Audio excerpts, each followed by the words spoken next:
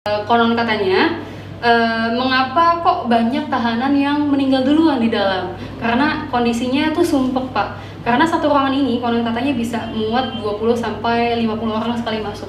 Dan itu dicampur antara pribumi, Belanda dan Tionghoa. Dicampur. Kecuali Pangeran Diponegoro ya. Untung Suropati ini adalah pahlawan nasional dari Bali ya. Karena namanya Untung, beliau ini bisa berhasil escape, berhasil kabur. Berhasil kabur dari tahanan sini. Betul. Jadi Cut Nyak-dien di ruangan ini juga. Betul. Dan ini mungkin kalau kita lihat di sini ada genangan airnya. Karena saat hujan airnya ini akan menggenangi penjara ini, Pak. Mungkin kalau misalnya sekarang ini hanya kalau kita step hanya semata kaki paling tinggi, tapi dulu ini bisa sampai segini. Jadi tahanan wanita akan duduk menahan airnya seperti ini sepanjang hari sampai airnya surut. Kita bisa bayangin itu ya. Betul. Dan Cut Nyak-dien selama 6 bulan di penjara di sini sebelum dipindahkan ke Sumedang ya. Sebelum diasingkan.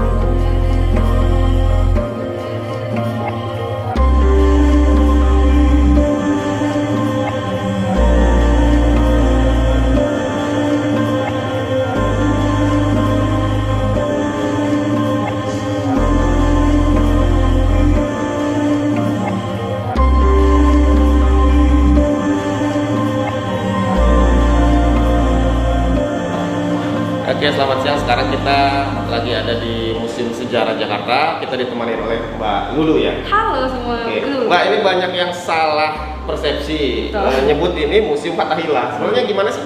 Jadi untuk teman-teman yang salah persepsi kan banyak banget nih Pak, dari mana aja ya, dari Jabodetabek ataupun dari luar daerah menyebut museum ini sebagai Museum Fathahillah. Nah sebenarnya kalau kita cari di Wikipedia juga masih ada Museum Fathahillah tuh Pak sebenarnya. Malah ada ya? Iya, tapi sebenarnya teman-teman museum ini adalah Museum Sejarah Jakarta Pak.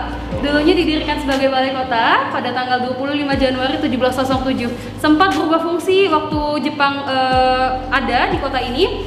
Gedung ini berfungsi sebagai warehouse, semacam gudang Jepang, jadi semacam markas logistik dari Nippon Jepang. Lalu di handover, diserahkan kepada pemerintah kota Jakarta tahun 1968. Dan tahun 1968 sampai 1972 itu diperbaiki dan direnovasi oleh Pemprov DKI Jakarta, dan pada akhirnya diresmikan sebagai Museum Sejarah Jakarta. Mulai tahun berapa? Tanggal 30 Maret 1974 oleh Bapak Ali Sadikin. Oleh Bapak Ali Sadikin. Nah, kenapa disebut Museum Fathahillah sih? Karena memang alamatnya Pak mungkin ya. Berlokasi di Jalan Taman Fathahillah nomor 1 Jakarta Barat. Dan taman di depan, alun-alun di depan namanya Taman Fathahillah Pak. Begitu. Nah, ini kita alur tur museum kita ini pertama dari mana nih Mbak? Nah, kita lihat, sorry sebentar. Oke, baiklah. Pengen saya tahu dulu, ini gaya arsitektur neoklasik ya katanya? Betul, neoklasik. Mulai dibangun tahun berapa ya Mbak? Mulai dibangun sebenarnya kalau kita lihat sejarah balai kota sendiri Pak, ini bukan balai kota pertama. Ini yang ketiga? Iya. Oke. Gedung balai kota pertama itu didirikan di dekat Pelabuhan Sunda Kelapa. Lalu hancur karena gempa bumi saat itu. Gedung balai kota pertama dibangun pada masa pemerintahan Yan Pieter Zoonkoen, 1620 sampai 1624. Lalu gedung balai kota kedua mulai dibangun pada tahun 1926-an, lalu hancur karena diserang oleh pasukan Sultan Agung dari Kerajaan Mataram Yogyakarta. Serangannya itu tahun 1628-1629 Pak. Lalu dibangunlah gedung balai kota ketiga di sini pada tanggal 25 Januari 1707 di bawah pemerintahan Gubernur Jenderal Johan van Horen. Memang sejarahnya lumayan panjang. Jadi kurang lebih usia gedung ini sudah 312 tahunan, Pak. Dan digunakan sebagai balai kota itu berapa abad? Kurang lebih sampai 1925-an. Nah ini kita mulai alurnya gimana ini? Baiklah, sebenarnya Pak, kalau misalnya sebagai tourist guide atau pemandu, kita itu biasanya lebih enak menjelaskan dari pintu tengah sebenarnya. Karena kita menceritakan tentang kolonial terlebih dahulu. Tapi kalau alur sejarahnya ini dari sini dulu Pak, dari gedung sayap kiri. Ini adalah sistem kepercayaan Tarumanegara. Nah, itu Tarumanegara apa? Ada di ruangan selanjutnya, Pak. Jadi kerajaan Tarumanegara? Ya. Jadi kerajaan Tarumanegara itu bisa dibilang adalah kerajaan Hindu pertama yang terletak di Jawa Barat. Nah, mungkin orang-orang bertanya, Pak, yang berkunjung ke sini sebenarnya hubungannya tuh apa Tarumanegara sama Jakarta ya? Jakarta dengan Tarumanegara? Iya, karena memang wilayah kekuasaan Tarumanegara itu mencakup kota Jakarta, Pak, dan kota-kota lain seperti Bogor, Depok. Pusat pemerintahnya di? Pusat pemerintahannya itu ada di sekitar Batu Jaya di Bekasi gitu. Cuma memang pusat pemerintahan di situ cuma memang besar gitu, Pak. Jadi semua merata. Gitu.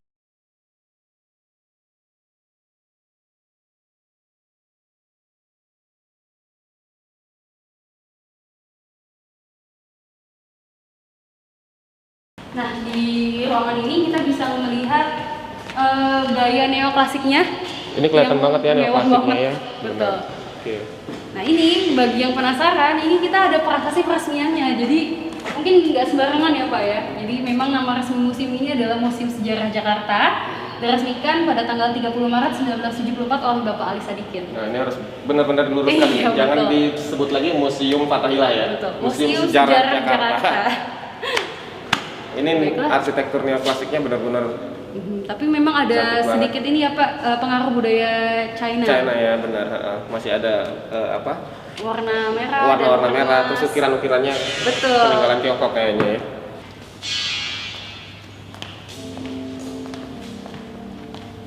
Nah, ini nama resmi ruangan ini adalah interaksi dengan bangsa Eropa atau interaction with the European room. Tapi to make it simple, biasanya kita menyebut ruangan ini sebagai ruangan Portugis, Pak.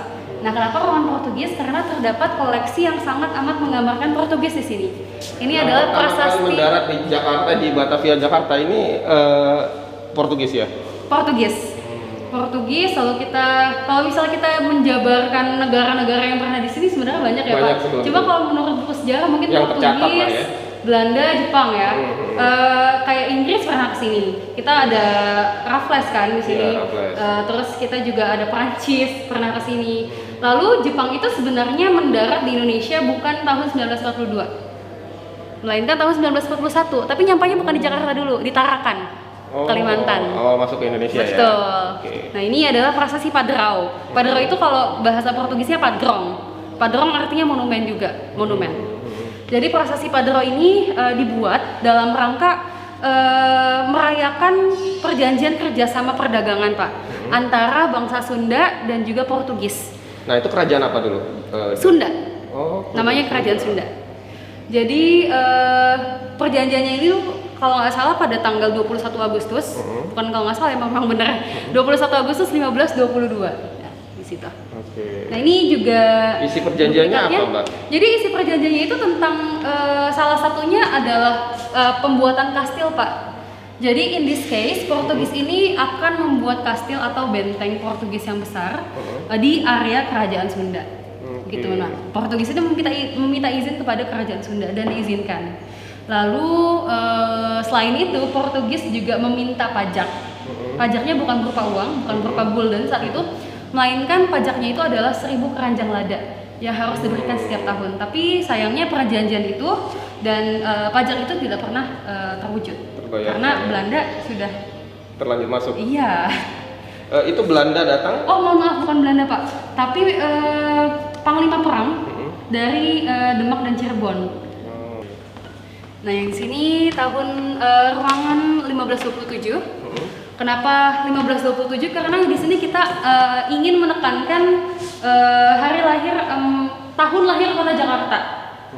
Bahwa 1527 itu terjadi penyerangan penyerangan kepada kerajaan Sunda yang dikomandoi oleh panglima perang dari Demak dan Cirebon. Itu juga merupakan salah satu kerajaan Islam di daerah Pulau Jawa. Panglima perang tersebut adalah Fathahillah sendiri, dan Fathahillah memenangkan pertempuran tersebut tahun 1527. Tepatnya pada tanggal 22 Juni. Berapa lama Pangeran Fathahillah berkuasa? 1527 sampai 1619, Pak. Karena tahun 1619 pasukan YP Kun akhirnya datang ke Jayakarta dan membumi hanguskan Jayakarta, lalu pada akhirnya mengubah nama kota ini menjadi Batavia. Batavia juga ada artinya, Ratu dari Timur. Queen of the East. Oh ya, kalau yang di sini mungkin agak kaget ya karena naruhnya di pojok. Jadi ini adalah Panglima Raden Wijaya Krama. Jadi ini bukan Fathahillah. Dia adalah pemimpin Jayakarta ketiga. Jadi Jayakarta punya 3 pemimpin. Yang pertama Fathahillah, Raden Fathahillah. Yang kedua Raden Tubagus Angke. Yang ketiga pemimpin terakhir adalah Raden Wijaya Krama. Beliau saat pemimpin terakhir yang saat diserang pasukan Betul. Nah di sini kita juga punya salah satu koleksi masterpiece, Pak. Tapi agak menyeramkan, nggak apa-apa ya? Nggak apa-apa, itu malah menarik ceritanya. Tapi menyeramkannya ini bukan berarti ada hantunya gitu ya, Pak? Bukan ya? Bukan. Nah ini salah satu koleksi masterpiece di Museum Sejarah Jakarta. Mungkin kelihatannya kayak pedang-pedang lain yang kita bisa jumpai ya, Pak. Tapi ini adalah pedang keadilan atau Sword of Justice. Kenapa sih pedang keadilan? Nah kalau misalnya kita lihat nih, Pak, Museum Sejarah Jakarta, Gedung Balai Kota Batavia di atasnya punya tower, menara. Kita sebut Coppola. Kita sebut Coppola. Oleh sebab itu maskot Museum Sejarah Jakarta namanya Kopi dan Fonti. Coppola dan Fontaine di depan. Nah, di dalam Coppola tersebut terdapat lonceng. Loncengnya dulu sangat besar, Pak, tapi sudah pecah dan kita ganti belnya dengan yang baru, tapi masih bisa berbunyi sampai sekarang. Dulu, jika lonceng dibunyikan sebanyak 3 kali, itu adalah pertanda, Pak, bahwa akan ada orang yang akan dieksekusi mati. Betul. Di alun-alun depan. Sebenarnya alun-alun itu untuk tempat nontonnya, tapi eksekusi matinya di pelataran kiri gedung. Oh, di pelataran kiri. Nanti kalau kita dari atas kita bisa lihat, Pak. Oh, di pelataran kiri ya. Betul. Nah, hubungannya dengan pedang ini? Dulu ada 2 cara eksekusi mati. Yang pertama dipancung, yang kedua digantung. Tapi orang-orang itu lebih memilih dipenggal daripada digantung. Jadi kalau bisa digantung mungkin mereka itu akan merasakan sakitnya lalu mungkin lebih lama. Jadi mereka lebih memilih dipenggal karena nggak sakit sama sekali. Ya saya sebenarnya nggak tahu karena saya nggak mau ngerasain dan nggak ngerasain juga. Tapi lebih cepat konon katanya. Nah ini hanya duplikatnya. Kita masih punya aslinya di gudang dan sedang di konservasi. Itu ada saat tertentu yang kita pamerkan. Misalnya ada peringatan apa gitu. Tahun lalu saat Hari Museum Nasional, Hari Museum Indonesia, sempat dipamerkan, Pak, di pamerannya. Bukan tahun lalu ya, 2 tahun lalu sebelum pandemi. Sebelum pandemi ya. Betul. Jadi pedang ini yang digunakan untuk memenggal para tahanan. Dan tahanannya ini orang-orang yang dieksekusi mati bukan hanya orang Indonesia, Pak. Ada beberapa orang Belanda juga. Orang Belanda juga ada, juga banyak, Pak, sebenarnya. Terus ada orang China. Gitu. Dan orang terakhir yang dieksekusi mati adalah Chun Bunceng. Beliau adalah saudagar, bisa dibilang saudagar kaya dari Tiongkok. Dan eksekusi matinya itu tahun 1865-an. Itu sebelum geger pecinan itu. Geger pecinan itu tahun 1740, Pak. Setelah itu. Setelah itu. Yang di sini adalah salah satu ruangan masterpiece juga di Museum Sejarah Jakarta, yaitu Ruang Sultan Agung. Ini lukisan siapa? Lukisnya Bapak S. Sujoyono, Bapak Sindu Darsono Sujoyono. Beliau adalah seniman lukis di Indonesia, bapak dari seni modern di Indonesia bisa dibilang. Jadi ini ada gambarnya juga. Ini lukisan asli beliau. Betul. Nah, yang di sini adalah sketchnya. Jadi lukisannya itu dilukis di Indonesia, tepatnya di halaman rumahnya. Sementara sketchnya itu dibuat di beberapa kota di Belanda. Oh, inspirasinya di Belanda ya? Karena sebelum melukis ini Pak, memang Bapak Sujoyono itu melakukan research sampai ke Belanda untuk mengetahui pakaian perang apa yang tentara Belanda kenakan saat itu. Zaman itu ya. Ini lantai 2 ya Pak? Lantai 2. Kita masih punya etik juga. Oke. Nah ini main lobby dulunya, main lobby lantai 2, dan sekarang kita sebut sebagai ruangan Solomon. Nah mengapa ruangan Solomon? Karena terdapat 3 lukisan yang menceritakan tentang peradilan di seluruh dunia, yang memang utamanya tentang Raja Solomon Pak. Nah hubungannya dengan fungsi ruangan ini adalah nanti ada di ruangan selanjutnya. Ini berarti posisinya masih sama seperti yang awal? Sebenarnya bisa jadi Pak, karena memang lukisan ini dibuat pada tahun 1661 dan memang pada tahun-tahun tersebut, pada abad-abad tersebut memang lantai 2 ini masih digunakan sebagai Dewan Pengadilan sebelum akhirnya dipindahkan ke gedung Museum Keramik. Oh. Nah, ini ruang Dewan Pengadilan berarti ya? Nanti di Sebelah sana. sana ya?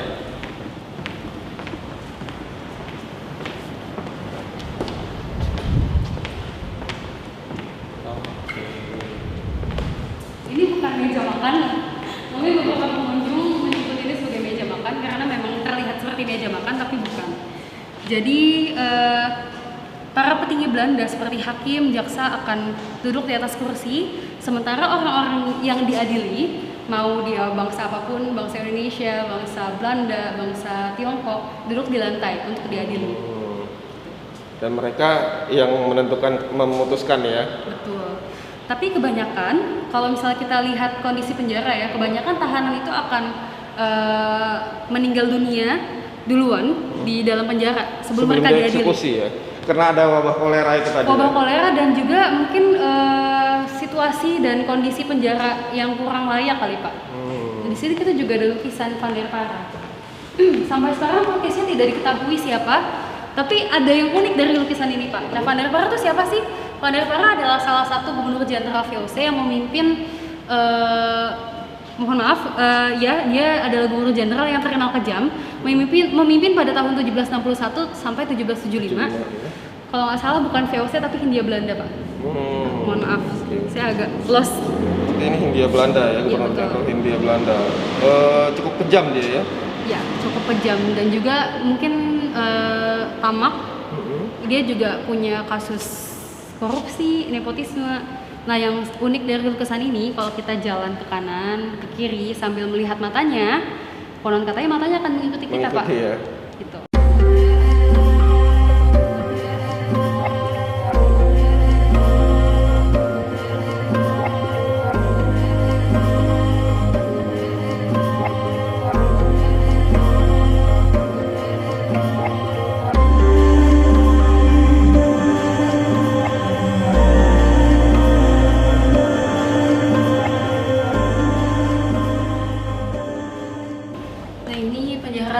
Pak. Ini salah satu ruangannya, terdapat 5 ruangan penjara laki-laki di gedung Balai Kota Batavia saat itu, dan ukurannya sama, tingginya juga sama, kurang lebih 150 sampai 160 cm. Berarti saya nggak setinggi itu. Dan panjangnya itu kurang lebih 6, lebarnya 3 meter. Dan di sini kalau kita lihat di sebelah sana terdapat banyak cannonball. Nah, cannonball ini tidak digunakan untuk berperang, tidak digunakan untuk menembak, Pak, melainkan untuk digunakan untuk merantai kaki para tahanan. Dan kalau kita lihat di sini ada yang kecil, ada yang besar banget gitu. Yang kecil ini kurang lebih 10 sampai 20 kilo, sementara yang besar seperti ini bisa 30 sampai 50 kilo. Dan teman-teman saya yang laki-laki kebetulan nggak ada yang kuat untuk mengangkat ini karena saking beratnya. Ya? Iya. Oke. Nah, ini satu ruangan ini diisi berapa orang? Nah, good question. Jadi konon katanya mengapa kok banyak tahanan yang meninggal duluan di dalam? Karena kondisinya tuh sumpek, Pak. Karena satu ruangan ini konon katanya bisa muat 20 sampai 50 orang sekali masuk. Dan itu dicampur antara pribumi, Belanda dan Tionghoa? Dicampur. Kecuali Pangeran Diponegoro ya. Pangeran Diponegoro. Karena gelar beliau sebagai bangsawan dan beliau memang tidak diperbolehkan untuk dipenjara di ruangan ini, tapi ada ruangan khusus untuk beliau. Nah, kabarnya di sini yang selain Pangeran Diponegoro siapa lagi yang pernah ditahan di sini? Salah satu pahlawan nasional yang pernah di sini menurut literatur ada Untung Suropati, Pak. Nah, Untung Suropati ini adalah pahlawan nasional dari Bali ya. Karena namanya Untung, beliau ini bisa berhasil escape, berhasil kabur. Berhasil kabur dari tahanan sini. Betul. Kenapa kok bisa kabur? Karena anak sipir penjara jatuh cinta pada Untung Suropati. Oleh sebab itu dibantu untuk kabur. Nah, untuk Suropati ditahan seperti ini atau ada ruangan khusus juga? Ditahan di penjara ini, Pak. Oh, ditahan di penjara ini. Di penjara laki-laki. Cuma kalau ruangannya kita tidak tahu ruangan yang mana. Iya. Nah, ini salah satu bola meriamnya. Bahkan nggak bisa digerakin karena saking beratnya. Dan kenapa beda-beda? Karena tergantung dengan kejahatan yang tahanan lakukan. Oh, betul. gitu ya. Kalau merampok mungkin lebih besar, membunuh juga lebih besar. Kalau yang kecil-kecil hanya untuk kejahatan ringan, seperti tidak membayar pajak. Bahkan dulu main sambung ayam aja juga ikut di penjara. Waduh.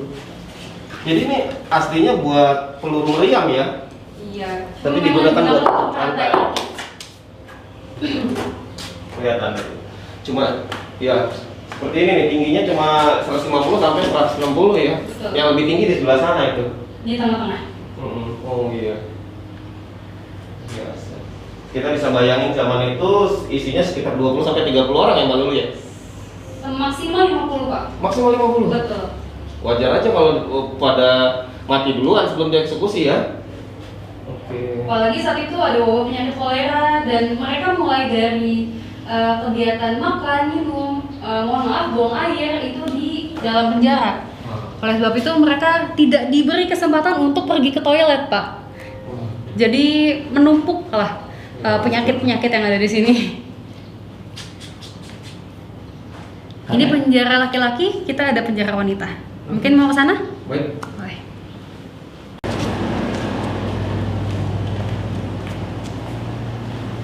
Kalau ada genangannya, Pak, kita nggak bisa masuk, Pak. Oh, ini udah surut, Pak. Mungkin kalau bisa mau masuk, boleh masuk, nggak apa-apa. Oke. Wah, ini ruangan penjara wanita. Ini lebih pendek daripada penjara yang tadi ya, Mbak Luli ya? Betul, Pak. Oke. Jadi tinggi penjara ini hanya kurang lebih 1 meter. Panjang lebarnya itu kurang lebih 3, panjangnya 4-5 meter. Dan memang penjara wanita ini sempat sering disebut penjara lorong gelap. Tapi udah tapi zaman itu memang ini gelap banget ya. Isi ruangannya sama seperti yang tadi kali ya? Iya, cuma di sini kapasitasnya mungkin lebih sedikit, Pak. 15-20 orang. Karena memang dulu tahanan wanita tidak banyak yang memberontak, tapi kebanyakan yang memberontak itu yang di penjara itu yang memberontak, Pak. Termasuk Cut Nyak-Dien. Jadi beliau ini sangat kuat. Kenapa kita bilang kuat? Karena beliau itu bertahan kurang lebih 6-9 bulan di sini sebelum beliau diasingkan ke Sumedang dan meninggal di Sumedang. Jadi Cut Nyak-Dien di ruangan ini juga? Betul. Dan ini mungkin kalau kita lihat di sini ada genangan airnya, karena saat hujan airnya ini akan menggenangi penjara ini, Pak. Mungkin kalau misalnya sekarang ini kalau kita step hanya semata kaki paling tinggi, tapi dulu ini bisa sampai segini. Jadi tahanan wanita akan duduk menahan airnya seperti ini sepanjang hari sampai airnya surut. Kita bisa bayangin itu ya. Betul. Dan Cut Nyak-Dien selama 6 bulan di penjara di sini sebelum dipindahkan ke Sumedang ya? Sebelum diasingkan. Dan tadi kenapa sempat disebut penjara lorong gelap? Karena hanya ada ventilasi yang kecil itu, Pak. Ventilasi tersebut, dan itu hanya dibuka dari pagi ke sore. Jadi kalau misalnya malam datang ditutup. Dan itu benar-benar gelap gulita. Kita cuma berapa menit di sini aja rasanya udah pengap ya. Iya. Berdiri nggak bisa, harus seperti ini.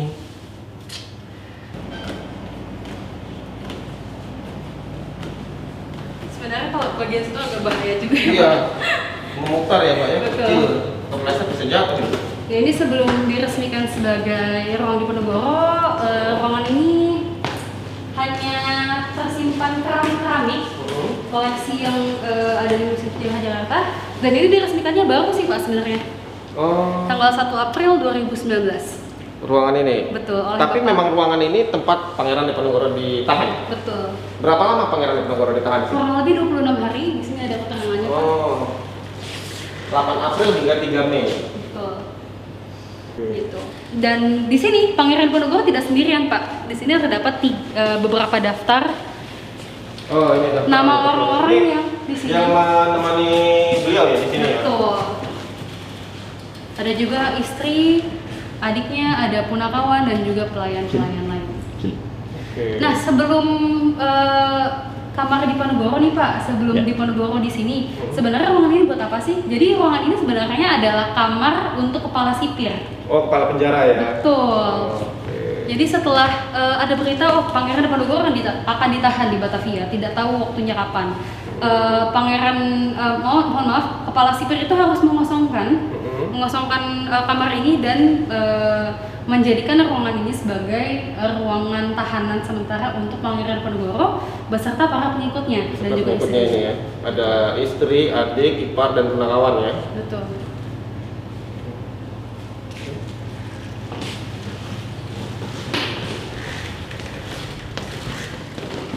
Dan di sini, nah kalau pengunjung mungkin banyak yang bertanya, ini asli atau bukan sih Kak? Ya, apa digunakan Pangeran Diponegoro atau bukan gitu ya? Sebenarnya ini kalau asli atau tidaknya, apakah pernah digunakan untuk Pangeran Diponegoro atau tidak, kita belum bisa memastikan Pak.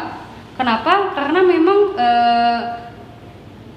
bukan miniatur ya, bed ini, tempat tidur ini adalah tempat tidur yang sama digunakan oleh petinggi-petinggi Belanda untuk tidur, dan kebetulan tahunnya itu sama Pak. Oh, sama. Betul. Dan saat Pangeran Diponegoro ditahan di Batavia, beliau menulis surat kepada ibunya. Oh iya, ada 2 surat ya. Betul. Dan ini kita juga ada payung dan tombak. Dan ini duplikatnya, aslinya ada di Museum Nasional. Dan di sini ada kandang burung kicau. Pangeran Diponegoro itu selain beliau hobi untuk menulis sastra, beliau juga suka mendengarkan suara burung kicau.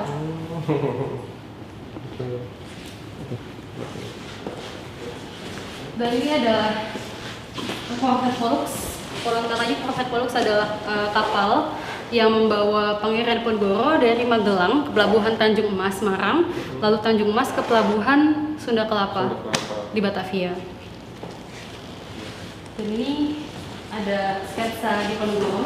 Seperti yang kita lihat di sini. Karena kalau kita lihat kursinya Pak, makanya oleh sebab itu kita menempatkan display koleksi kursi tersebut di sini, karena bentuknya yang hampir sama, shape-nya hampir sama oleh iya, dengan sketsa lukisan ini ya. Dengan sketsa lukisan ini, dan ini dilukis oleh Bapak Adrianus Yandik. Beliau adalah hakim yang memang tertarik oleh Diponegoro. Nah, lukisan aslinya di mana? Bukan, sebenarnya tidak ada lukisannya Pak, hanya sketsa di Sketsanya sini. ya, nah sketsa aslinya? Sketsa aslinya kita ada di storage. Oh.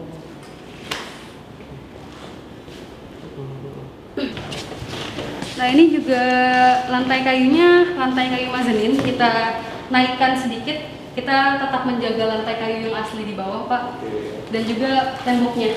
Karena seperti yang kita tahu, bangunan Museum Sejarah Jakarta itu sangat dekat dengan pantai, dekat dengan pelabuhan dan banyak angin laut yang mengandung garam. Betul. Ya, kita mempunyai kekhawatiran untuk mencegah Korosi ya. korosi. Lalu di sini ada lukisan saat Pangeran Diponegoro diasingkan ke Makassar. Nah ini kalau kita lihat di sini, ini tuh apa sih? Apakah ini hantu? Apakah ini apa ya bahasanya? Tuyul? Ini bukan ini Pak, bukan hantu-hantuan ya. Ini banteng wereng. Jadi banteng wereng ini memang beliau ini mempunyai semacam apa ya? Seperti manusia kerdil, dan beliau ini adalah punakawan yang sangat setia kepada Pangeran Diponegoro. Jadi salah satu punakawannya Pangeran Diponegoro ya. Jadi ini sebenarnya manusia, cuma bertubuh kerdil. Bisa dibilang adalah pengikut Pangeran Diponegoro yang setia. Nah, di sini juga digambarkan, mungkin kalau kita lihat di biasanya di uang, lalu di lukisan-lukisan Pangeran Diponegoro biasanya mengenakan sorban, lalu pakaian ulama. Tapi kalau di sini digambarkan beliau ini ada Jawa ya. betul. Nah, beliau ini juga merupakan anak dari Sultan Hamengkubuwono nomor 3 dan beliau tidak mau melanjutkan tahta sebagai Hamengkubuwono IV iya. karena beliau merupakan anak dari Selir. Selir.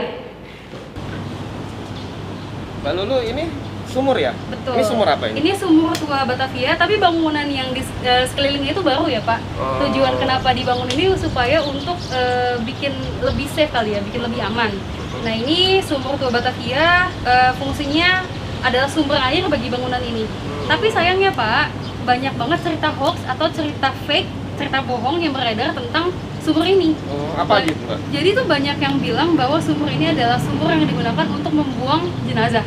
Jadi kalau misalnya tahanan sudah dieksekusi mati, dibuangnya ke sini.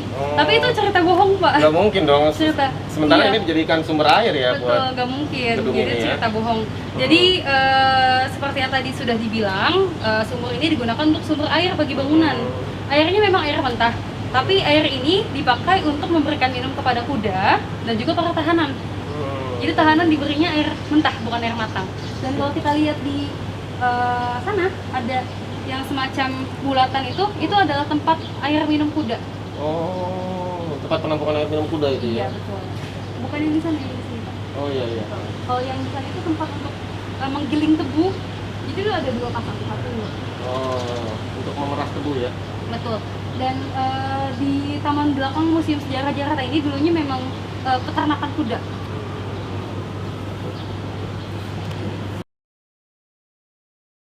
Mungkin ini ada beberapa hal yang kita cover di sini karena memang sudah tua.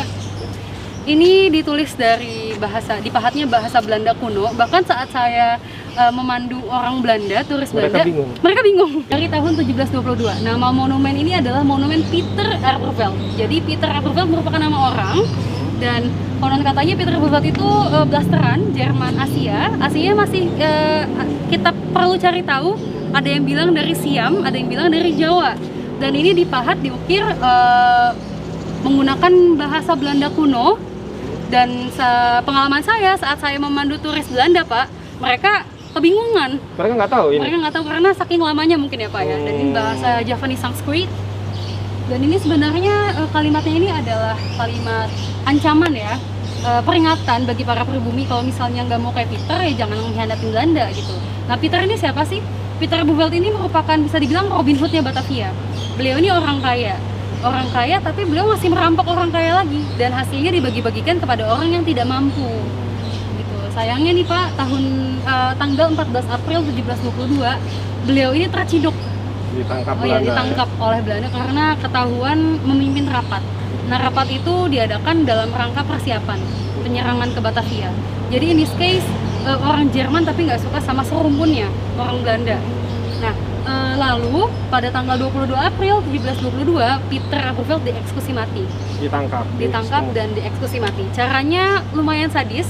Caranya adalah tubuhnya ditarik pakai ekor kuda Pak, secara berlawanan sampai tulangnya patah semua, sampai kulitnya pecah. Oleh sebab itu di Jakarta, tepatnya di dekat Jalan Jakarta ada yang namanya Kampung Pecah Kulit. Dan yang sedih dari eksekusi mati Pieter Aberveld, eksekusi mati tersebut dilaksanakan di depan rumahnya langsung. Oleh sebab itu keluarganya bisa menyaksikan secara langsung bagaimana ia meninggal. Ini monumen aslinya. Kalau mau lihat monumen yang lebih lengkap dengan tengkorak Pieter Aberveld ada di Museum Taman Prasasti, walaupun itu duplikat. Nah ini tengkoraknya mana sih? Tengkoraknya itu sudah hancur karena ada faktor cuaca ya, karena lokasi monumen ini outdoor, terkena panas hujan jadi hancur lama. Dan yang dipancang itu memang tengkorak aslinya Pieter. Betul. Karena setelah ditarik pakai ekor kuda juga dipenggal Pak kepalanya. Dan ini letak aslinya sebenarnya bukan di Museum Sejarah Jakarta Pak, letaknya ada di dekat Gereja Sion. Jadi kalau misalnya kita lurus sedikit 500 meter dari Gereja Sion, kita bisa menemukan suatu bangunan. Nah bangunan tersebut dulunya merupakan rumah dari Peter. Dan bangunan tersebut itu dulunya monumen tersebut ada di sana. Sekarang dibangun showroom. Oke, dulu itu rumahnya Peter ya? Iya, betul. Nah, Showroomnya mungkin saya sensor ya. Iya. Kita berharap situs-situs budaya dapat tetap lestari ya Mbak ya. Betul, insya Allah. Biar anak cucu kedepannya tahu gimana perjuangan bangsa kita. Betul. Oke, Mbak Lulu, terima kasih udah memandu kita jalan-jalan ini Mbak. Terima kasih Pak atas Museum kunjungannya. Sejarah.